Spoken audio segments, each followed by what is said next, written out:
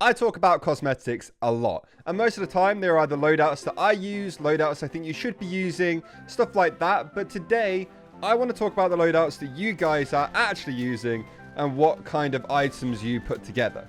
And then I also want to give my opinion on them and kind of like review your loadouts. So I asked on Twitter, you guys sent me so many loadouts to pick through. So I've gone with 5 for today, but there's literally like hundreds of pictures there, I think. So, you know, if we wanted to do this again, we easily could.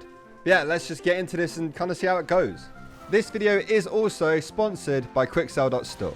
They are an online trading website with a huge inventory of stuff that you can trade for, which is really nice. And sometimes you can even buy stuff in that site for around buy orders, which is quite rare and you don't normally get to do that. There is also a giveaways tab where every single week they give away an unusual, so definitely make sure you check that out. And the site is fully automatic, so you don't have to be trading with actual people, and you can trade at pretty much any time of the day that you would like to. The link will be in the description. Definitely go and check them out. They are a really awesome site. I've used them before in the past.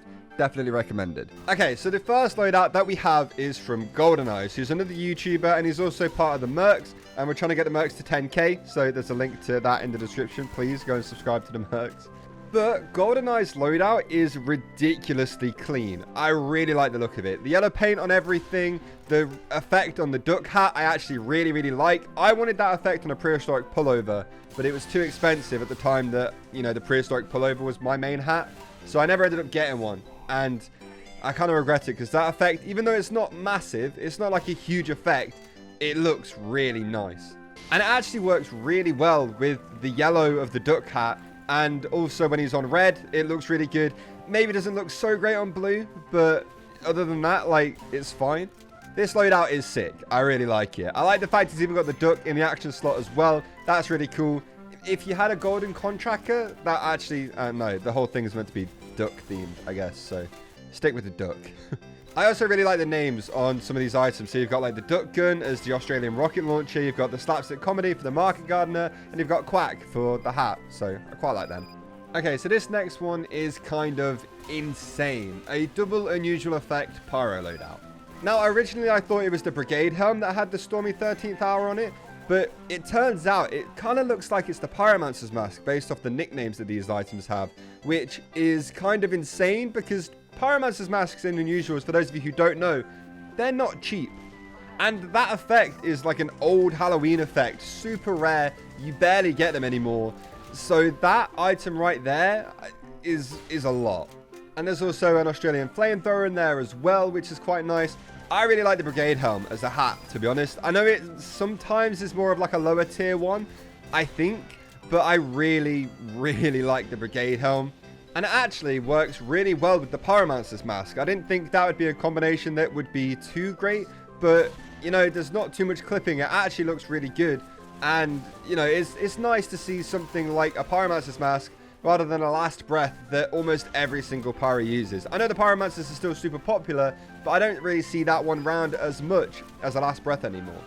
I guess once somebody's like a higher tier trader, you'll see pyromancer's masks because unusual last breaths don't exist. But, you know, the last breath's really popular, the pyromancer's mask is really popular. Both look great, but I like seeing the pyromancers a little bit more because I don't see it as often. I also quite like how the circling hearts kind of contrasts the stormy 13th hour. Maybe in game it looks a little bit different. Maybe the cloud is a little bit more purple or pink. So you have that kind of color matching sort of. I don't really know too much. It looks good. And that was one of the only things I wasn't sure about for a minute. But the more I look at it, the more I like it. It seems like ducks have been the theme of multiple loadouts today. This one is really simple. It's a duck themed, well, mostly duck themed pyro loadout. And it looks great.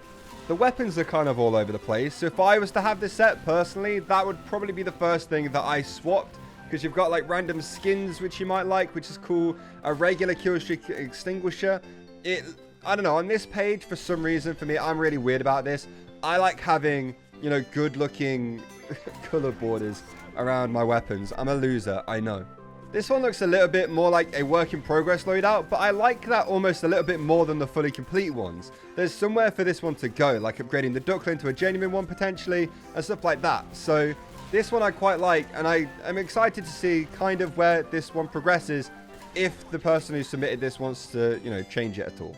Yeah, honestly, the only thing I would personally change in this loadout are the items, but it doesn't need an unusual or anything like that. A lot of loadouts look really good without unusuals, and I think this will probably be one of them. So spy loadouts to me are always quite funny because they can look incredible, right? The spy has some really cool combos you can use, but you're not meant to be able to see it most of the time. Like, if you're doing your job as a spy, nobody should be seeing your loadout. But regardless, we have this loadout, which is kind of nuts.